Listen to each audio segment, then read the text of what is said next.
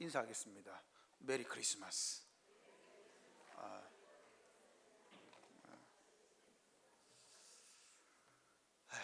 한 주간 평안하셨습니까 다들? 오늘부터 살짝 춥네요, 그죠? 아니, 근사님만 안 주십시오.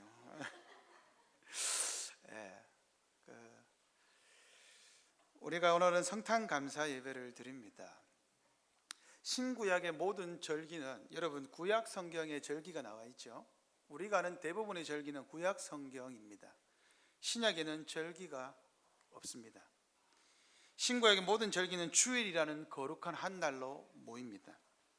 그래서 구약의 많은 절기들이 신약에서는 더 이상 등장하지 않습니다. 여러분, 구약 성경에 했던 일을 신약에서 해야 될까요? 하지 말아야 될까요? 하지 말아야 한다면 근거가 있습니다. 뭐냐?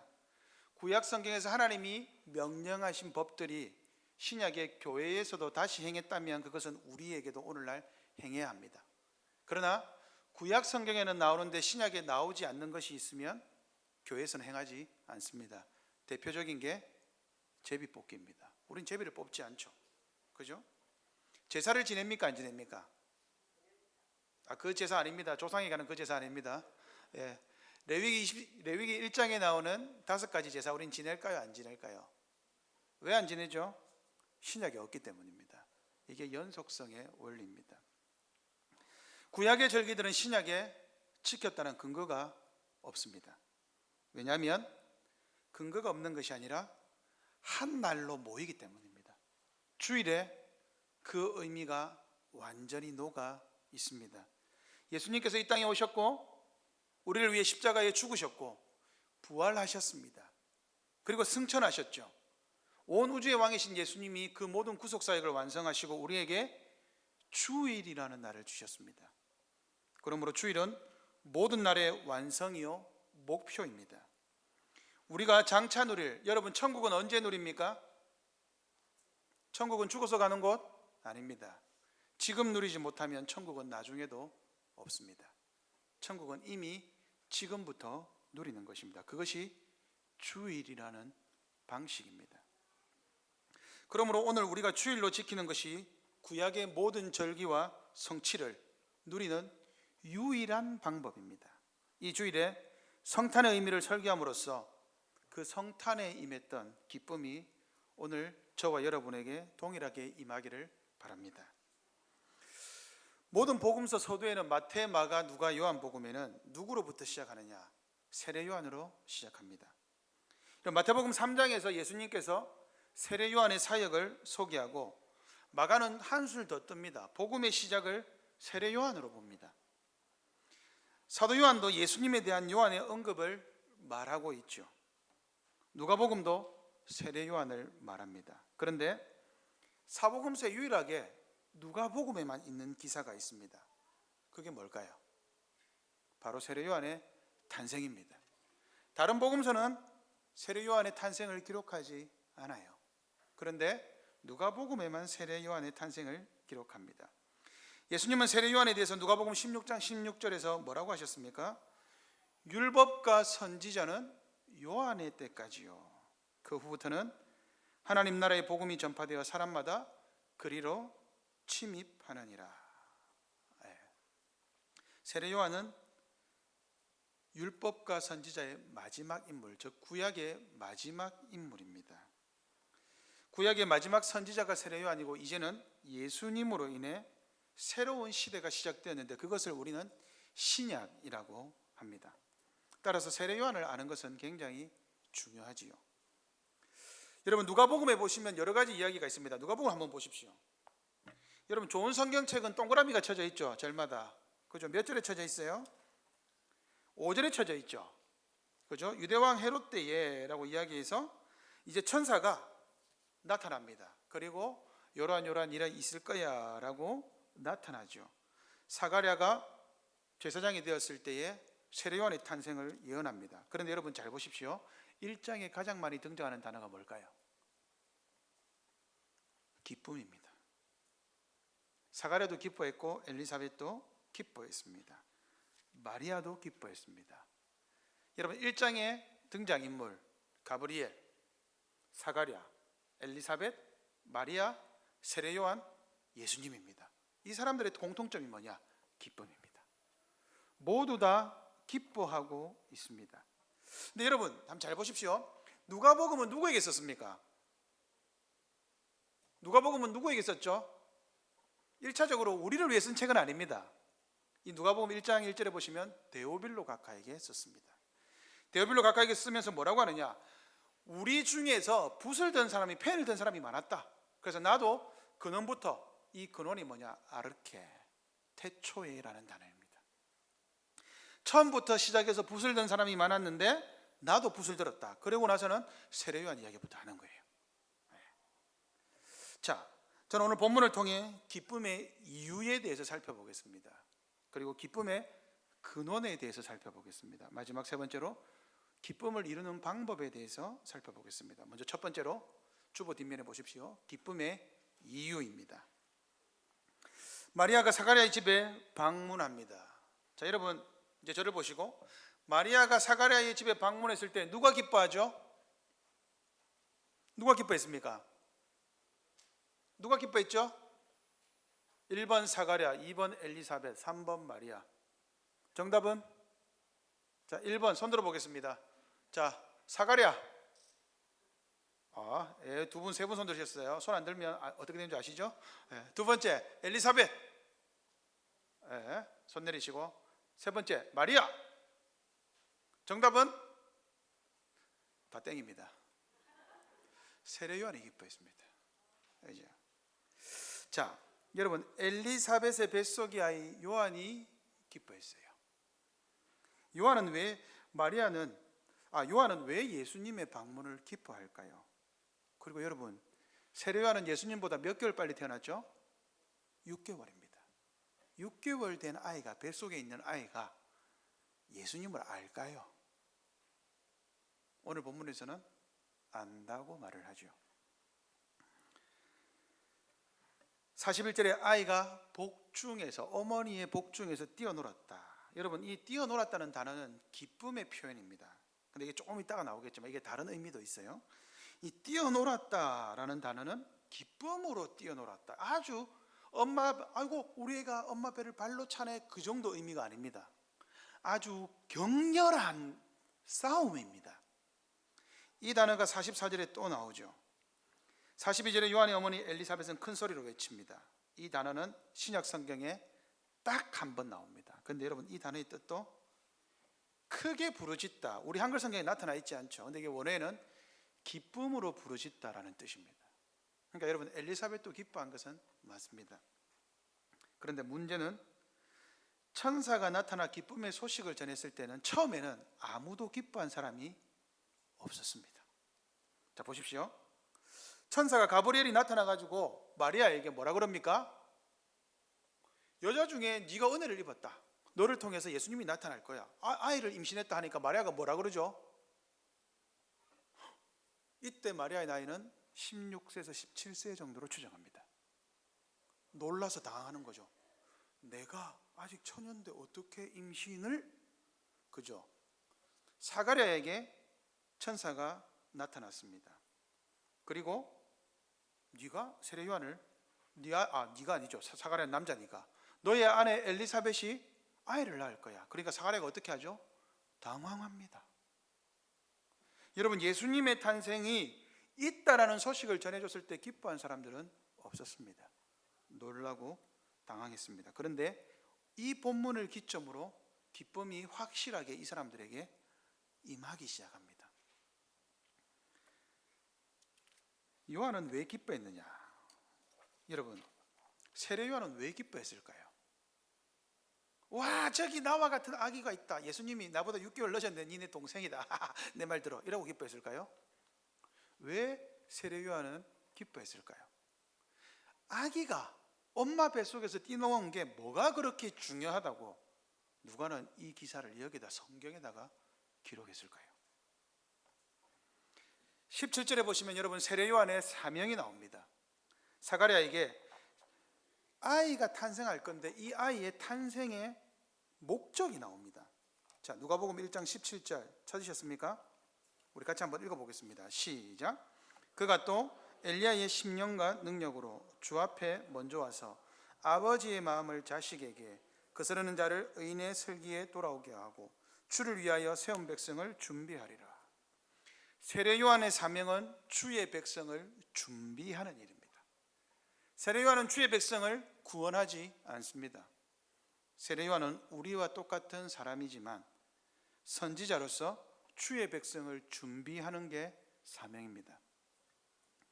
세례 요한은 이 사실을 분명히 알았습니다. 사가랴가 이렇게 이야기합니다. 내가 이것을 어떻게 할리요? 라고 질문하니까 가브리엘이 뭐라 그럽니까? 네가 잘 못 믿는구나. 그럼 증거를 하나 줄게. 네 요한이 태어날 때까지 네 말 못한대 라고 입을 가렸습니다. 입을 딱 가렸어요. 자, 그러면 여기서 질문이 하나 생기죠. 사가랴에게 전한 천사의 기쁜 소식은 무엇입니까? 세례 요한의 아버지 사가랴에게 임한 기쁨의 정체는 무엇입니까? 기쁜 소식은 뭐죠? 참고로 사가랴와 엘리사벳은 노년이 될 때까지 자녀를 낳지 못했습니다. 그러면 사가랴에게 임한 기쁜 소식은 뭐죠?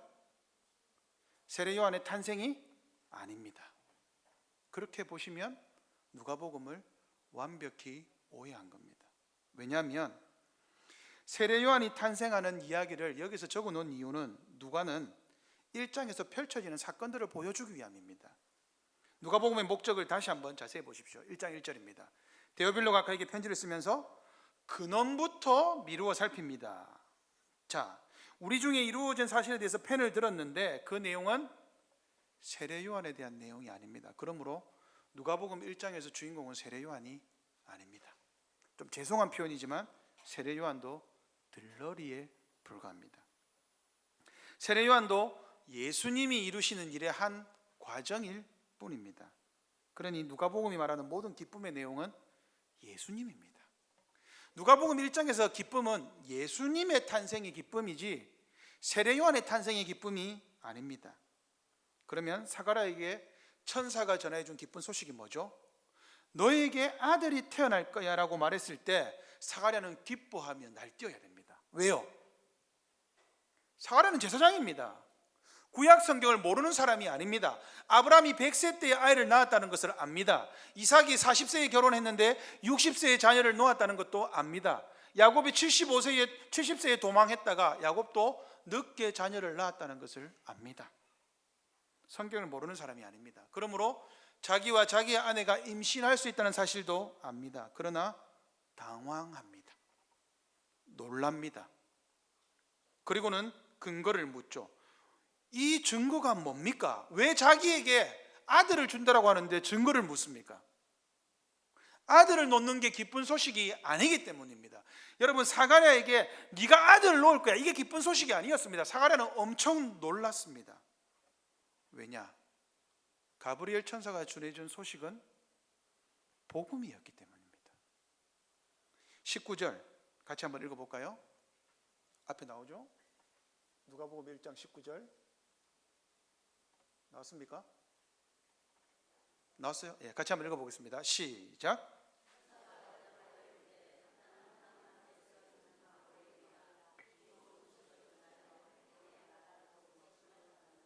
아멘. 좋은 소식이 뭐죠? 유앙겔리온, 복음입니다. 가브리엘 천사는 사가랴에게 무엇을 전했죠? 복음을 전했습니다. 세례 요한의 탄생이 복음입니까? 아닙니까? 아니죠. 그러면 사가랴가 나중에 기뻐하는 이유는 뭐죠? 복음 때문입니다. 세례 요한이 탄생해서 기뻐한 게 아닙니다. 1차적으로. 자, 마리아가 엘리사벳의 집에 갔습니다. 마리아는 엘리사벳의 집에 왜 갔을까요? 천사가 이렇게 이야기합니다. 야, 너의 친척 엘리사벳도 늙었지만 아이를 임신한 지 이미 6개월이 되었다라고 이야기를 합니다. 그러자 마리아가 바로 뛰어서 엘리사벳의 집에 갑니다. 자, 마리아는 왜 엘리사벳의 집에 갔을까요? 내가 처녀인데 임신한다? 이걸 못 믿어서 엘리사벳도 원래 임신할 수 없는 몸인데 임신한 것을 확인하러 갔을까요? 그렇게 볼 수도 있겠습니다. 그러나 그것은 복음이 아닙니다. 마리아는 왜 엘리사벳의 집에 갔을까요? 무엇을 확인하러 갔을까요? 제가 단어를 바꿨죠. 의심해서 간 것이 아니라 마리아는 확인하러 갔습니다. 무엇을 확인하러 갔을까요? 오늘 본문 45절에 이어서 46절부터 마리아의 찬송이 나옵니다. 이 찬송을 하기 위해서 마리아는 반드시 확인해야 했습니다. 무엇을요? 세례 요한의 탄생을 확인해야 했습니다. 왜요? 세례 요한이 엘리야이기 때문입니다. 세례 요한이 엘리야라는 것이 왜 중요할까요? 엘리야의 탄생 이후에 예수 그리스도의 탄생이 예언되어 있는 구약의 말라기의 예언을 확인하러 간 것입니다. 그러므로 마리아도 엘리사벳의 임신을 확인하러 간 것이 아니라 그 아이가 하나님이 엘리야와 같은 자녀로서 보내는 것인지 확인하러 간 것입니다. 왜 그럴까요? 당시에 많은 사람들이 아이의 이름을 예수라고 지었습니다. 예수라는 이름의 뜻은 여호수아, 호세아 똑같습니다. 구원자라는 뜻이죠. 신실한 자들은 그렇게 예수님을 기다렸습니다. 예수님이란 분이 오시면, 구원자가 오면 내 아들이 구원자가 되면 좋겠다. 그러면 어떤 일이 일어날까요? 하나님이 우리를 구원하신다. 마리아가 엘리사벳에게 문안했습니다. 여러분, 이 문안이 영어로 보면 그리팅, 인사로 되어 있습니다. 이게 인사가 아닙니다. 예수님께서 부활하신 이후에 두려움에 떨고 있는 제자들에게 나타나셨습니다. 그리고 뭐라고 하셨죠? 너희들에게 평안이 있을지어다. 샬롬이라고 그랬습니다. 여러분, 샬롬이 뭡니까? 샬롬이 뭐죠? 샬롬은 전쟁 문구입니다. 어디에 나와 있습니까? 모세오경에 뭐라 그럽니까? 너희들이 전쟁하러 갈 때 먼저 신명기에 샬롬을 선언해라. 평안하냐? 평안으로 받아들이면 받아들이고 평안이 아니다라고 말하면 다 죽여버려라 라고 말했습니다. 그게 이스라엘의 정복전쟁입니다. 샬롬은요, 안녕하세요가 아닙니다. 그것은 네가 우리의 적이냐 아니냐, 전쟁입니다. 그러면 마리아가 뭐라고 했습니까? 엘리사벳에게 샬롬이라고 말했습니다. 그것은 언약적인 문구입니다. 하나님의 언약이 당신에게 이루어졌습니까? 이것을 물은 거예요. 그때의 세례 요한이 뭐합니까? 그때 엘리사벳이 성령이 충만한 거예요.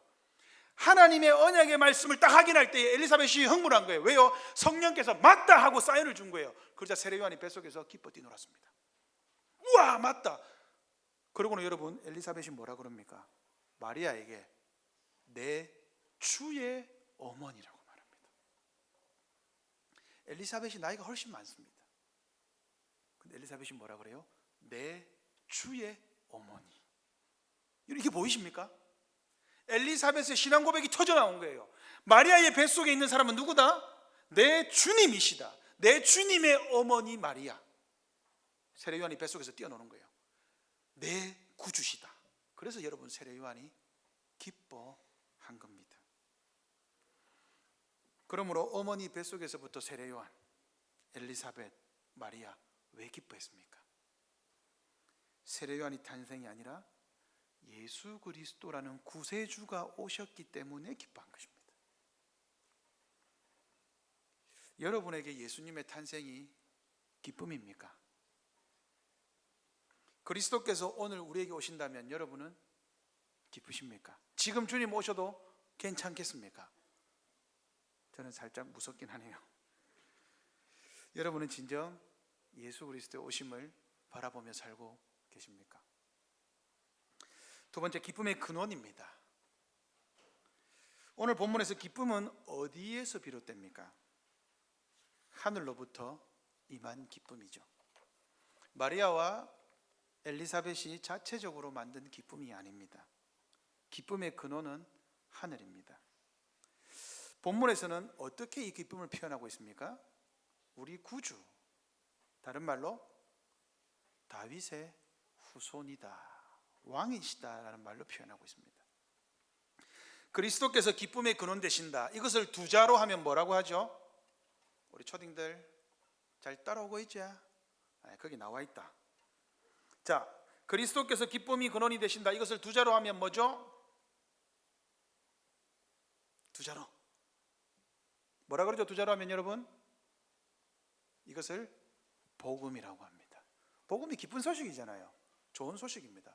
기쁨입니다. 사가랴가 받은 이 좋은 소식, 기쁨입니다. 조금 전에도 말씀드렸지만 세례 요한의 탄생이 기쁨이 아니죠. 성경은 사인을 주는 거예요. 사가랴에게 어떤 사인을 주느냐? 사가랴의 인생 자체가 기쁨이 됩니다. 첫 번째 보세요. 사가랴를 소개합니다. 여러분, 사가랴 소개를 한번 자세히 보셔야 합니다. 여러분, 유대왕 헤롯 때의 사가랴죠. 유대왕 헤롯, 우리 지난주에 박 목사님 통해서 들었죠. 헤롯은 어느 지파 사람입니까? 어느 나라 사람입니까? 이방인이죠. 에돔 족속. 그죠? 그런데 6절에 보세요. 이 두 사람이 하나님 앞에 의인이다. 사가랴와 엘리사벳을 의인이다라고 소개합니다. 그리고 주의 모든 계명과 규례대로 흠이 없이 행했다. 이 말은 뭐냐? 율법을 잘 지키며 살았다 이 말입니다. 근데 여러분, 사가랴의 평가가 왜 이렇게 중요할까요?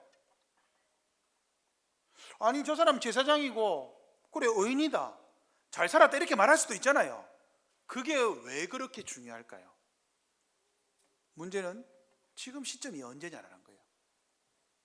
여러분, 마태복음 다음에 마가복음, 그 다음에 누가복음이잖아요. 아니잖아요. 누가복음 제일 앞에 성경은 뭐예요? 누가복음 앞에 성경은 뭐죠? 마가복음 아니에요. 누가복음 앞에 성경은 말라기입니다.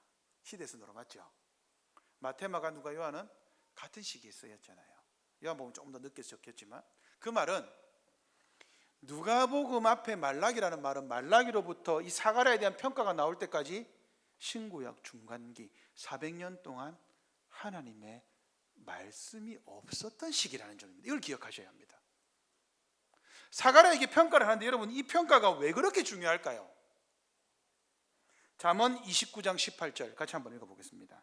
잠언 29장 18절 3초만 기다리시면 박 목사님이 뒤에 찾아줄 겁니다. 예, 3초가 되었습니다. 같이 한번 읽어보겠습니다. 시작.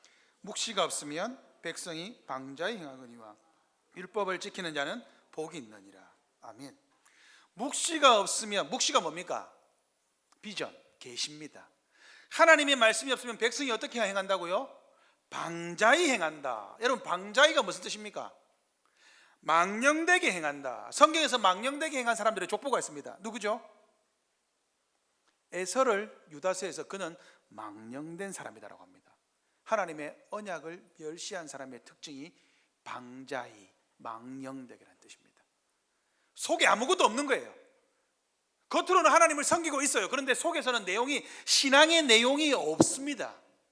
그런 사람을 방자히 행한다. 시편 14편에는 어리석은 자는 그 마음에 이르기를 하나님이 없다. 이게 방자입니다. 하나님을 믿는 것처럼 신앙생활 하는 것처럼 주일에는 교회로 쪼로로 들어옵니다. 그런데 교회 밖을 나가면 불신자예요. 차이가 안 나요. 그게 망령된 행실입니다. 지금 누가 그렇게 살았느냐? 이 시대가 그런 겁니다. 묵시가 없으면 백성이 방자히 행하거니와 율법을 지키는 자는 복이 있다. 실제로 율법을 지키고 살았던 사가랴입니다. 여러분, 400년간 하나님이 말씀하지 않았어요. 우리는 400년이 아닙니다. 여러분, 하나님이 여러분에게 말씀하지 않는다 생각해 보세요. 이스라엘 백성은 율법을 믿고 삽니다. 그런데 400년간 하나님이 말씀하지 않으셨습니다. 예배를 드리러 왔는데 하나님이 예배를 받지 않아요. 400년간. 근데 여러분, 예배를 드리시겠습니까? 우리 자녀들에게 물어보십시오. 여러분, 아이들이 몇 번까지 엄마 아빠가 대답을 하지 않는데 엄마 아빠를 부를까요? 우리 자녀들이 여기 앉아 있지만 부릅니다. 엄마. 대답을 안 합니다. 목소리 조금 커지죠. 엄마. 그러면 우리 이들이가 그럽니다. 엄마! 이렇게 불러요. 그래도 대답 안 하면 어떻게 될까요? 엄마! 하고 난리가 납니다. 근데 여러분, 400년간 하나님이 대답하지 않으셨습니다. 하나님을 예배해야 될까요? 이스라엘 백성들 마음에 어떤 마음이 들었을까요? 여러분, 바벨론 포로 때는요, 이스라엘 백성들이 울었습니다. 근데 로마 포로로 잡혔을 때는 울질 않아요.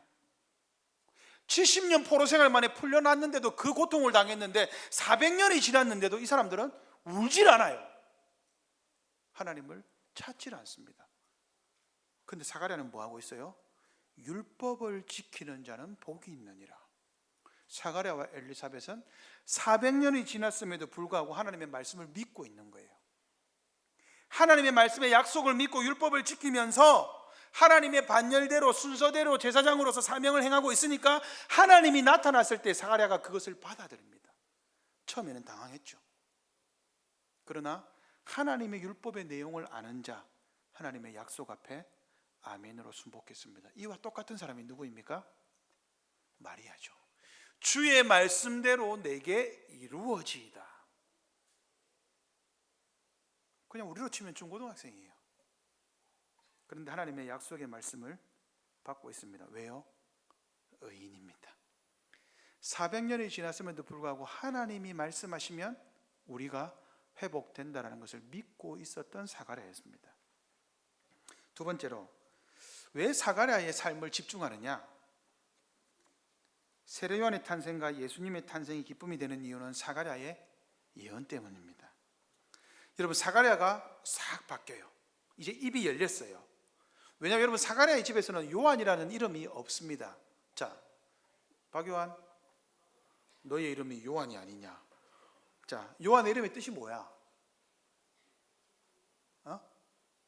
너의 이름의 뜻이 뭐냐고? 몰라요? 너가 아버지 뭐 하시노? 여러분, 요한의 이름의 뜻이 뭡니까? 여호와 난입니다. 구약에 나오죠.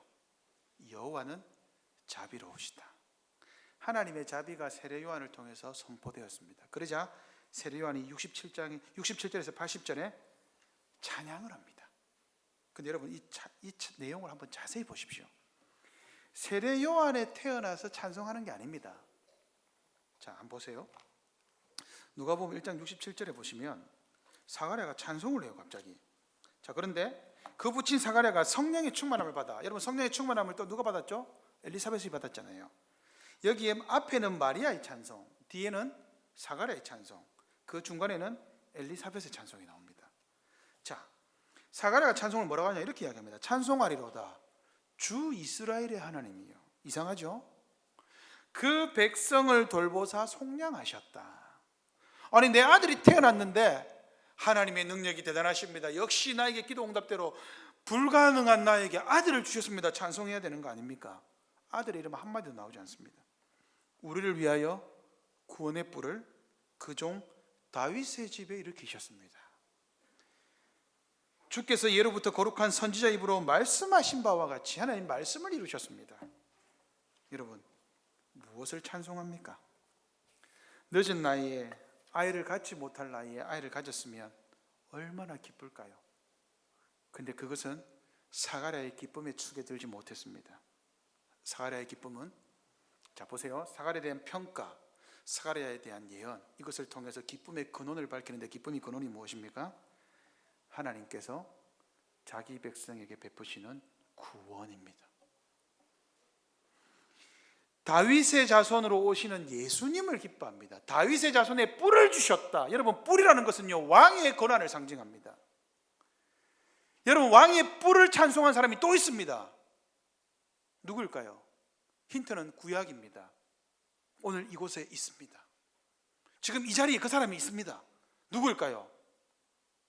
박한나입니다. 구약의 한나가, 여러분 사무엘상을 읽어보십시오. 구원의 뿔을 주셨음을 찬송합니다. 그러므로 사가랴의 찬송과 한나의 찬송, 마리아의 찬송은 동일합니다. 다윗이 왕으로 오셨는데 왜 찬송합니까? 다윗에게 주신 하나님의 언약을 하나님이 기억하셨기 때문입니다. 그러므로 기쁨의 근원은 하늘에 있다라는 말은 무엇입니까? 하나님의 약속을 신실하게 지키심으로 자기 백성을 돌보시고 구원자를 주셨다라는 뜻입니다. 그게 지금 사가랴에게 기쁨이 되는 거예요. 세례 요한이 기뻐하는 이유가 무엇입니까? 마리아가 기뻐하는 이유가 무엇입니까? 기쁨의 근원이 하늘로부터 약속대로 우리에게 주어졌다라는 것을 기뻐하는 겁니다. 이게 바로 성탄입니다. 오늘 본문에 기쁨이 나오는 이유도 동일하죠. 이 점에서 오늘 본문은 우리에게 동일한 질문을 합니다. 여러분, 온 우주의 왕, 만왕의 왕이신 예수님이 오셨습니다. 이와 동일한 기쁨이 우리에게 있습니까? 주 예수 그리스도께서 큰사랑교회를 구원하셨다. 기쁘십니까? 복음이 지속적으로 교회를 통하여 선포되고 있습니다. 이 강단에서 복음이 선포되고 있습니다. 가브리엘이 전한 복음과 제가 전한 복음이 다르지 않습니다. 가브리엘이 전한 복음과 우리 박 목사님이 전한 복음이 다르지 않습니다. 여러분, 복음을 들으실 때 기쁘십니까? 복음 때문에 기뻐하고 계십니까? 예수 그리스도께서 우리의 구원자시다, 예수님의 통치를 받는 것이 기쁘십니까? 내 마음대로 하지 않고, 내 생각대로 하지 않고, 내 판단대로 하지 않고 주 예수 그리스도의 뜻을 따라가는 것 기쁘십니까?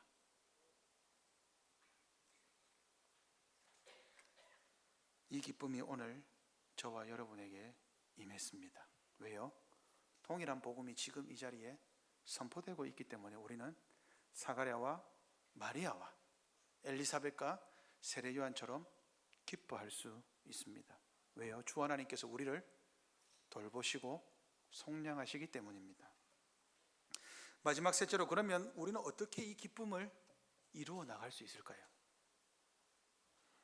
여호와 하나님의 약속의 말씀을 바라보는 것입니다. 사가랴도 마리아도 세례 요한도 기뻐한 이유는 그리스도가 오셨다라는 사실 때문이었습니다.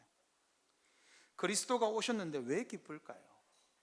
400년간 침묵하셨던 하나님께서 때가 되어 이제는 약속을 성취하시기 때문입니다. 하나님이신 예수님을 이 땅에 보내셔서 우리를 위해서 구원의 일을 행하시기 때문입니다. 그런 점에서 여러분, 여호와 하나님의 말씀은 멈추지 않습니다. 구원은 지금도 ing입니다. 현재 진행형입니다. 계시의 말씀은 없습니다. 더 이상 없습니다.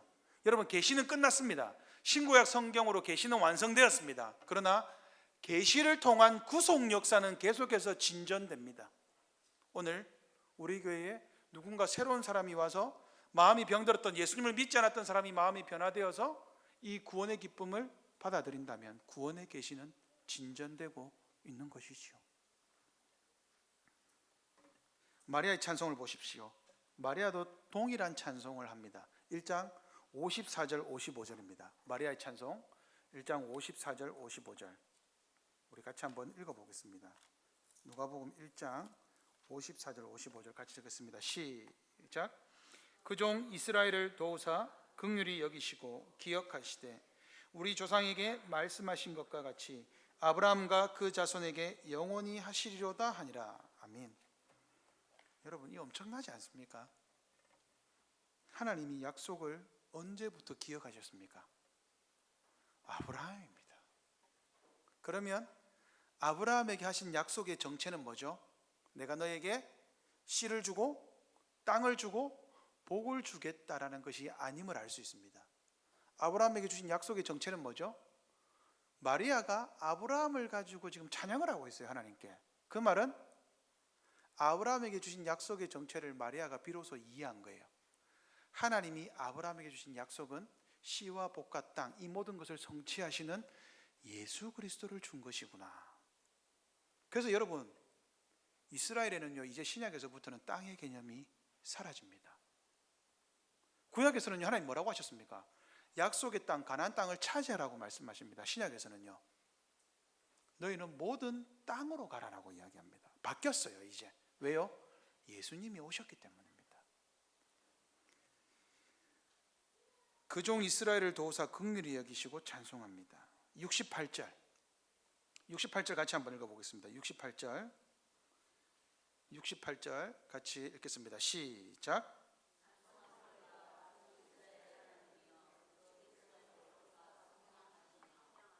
아멘. 마리아와 사가랴의 찬송이 동일합니다. 여러분, 여기서 사가랴가 찬송한 그 백성을 돌아보셨다. 이 돌아보셨다는 뜻이 무엇인 줄 아십니까? 돌아보셨다. 이걸까요? 아닙니다. 이게 뭐냐? 하나님이 방문하다라는 뜻입니다. 이 말을 누가 제일 먼저 했을까요? 창세기 50장에 요셉이 했습니다. 하나님이 너희를 반드시 기억하셔서 뭐 하신다? 방문하신다. 하나님이 자기 백성을 방문하면 뭐가 일어나죠? 구원이 일어납니다. 요셉의 예언대로 하나님이 이스라엘을 방문하셨죠. 방문하니까 출애굽이 일어났습니다. 여러분, 이 방문하다라는 단어가 오늘 우리의 단어로 바꾸면 뭔지 아세요? 맞추시는 분에게 제가 이 특권을 행사하겠습니다. 방문하다 무슨 단어일까요? 누구십니까? 신방하다. 아유, 제가 우리 아내라서 신방할 수가 없네요. 이게 신방하다라는 뜻입니다.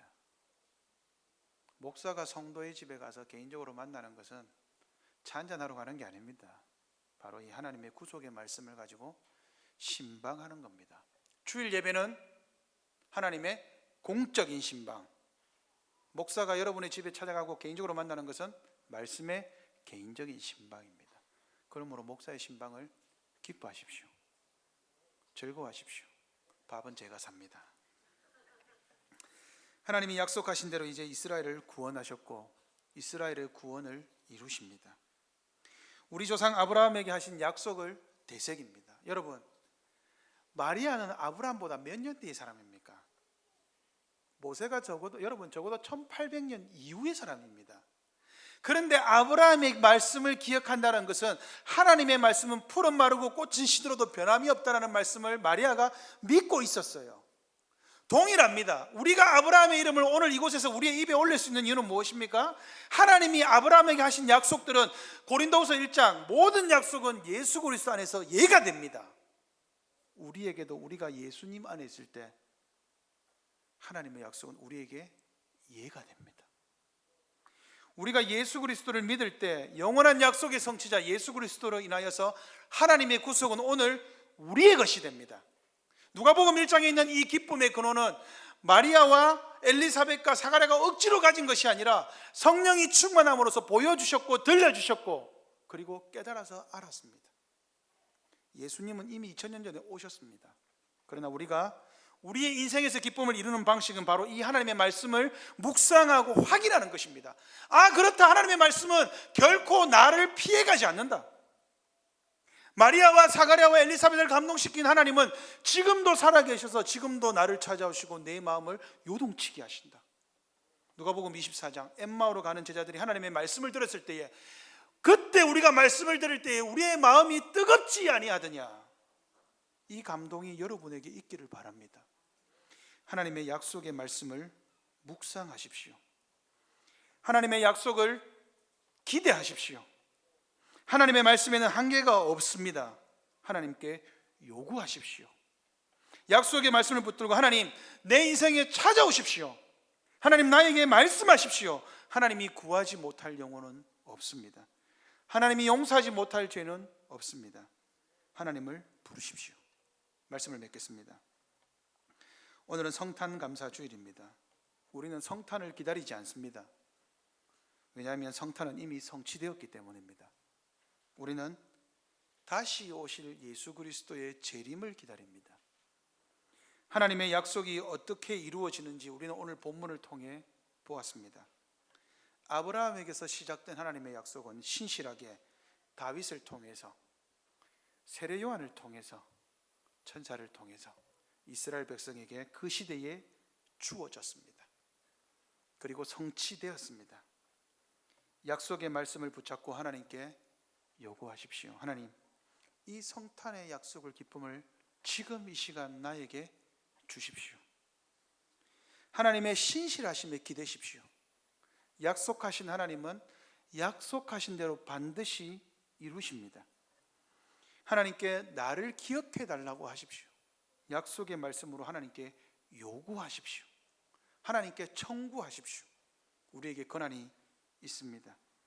아들을 주신 하나님께서 아들과 함께 어떠한 것도 우리에게 아끼지 않으십니다. 하나님의 역사를 이루어 달라고 기도하십시오. 그 기쁨이 바로 오늘 이 시간에 여러분에게 충만하길 바랍니다.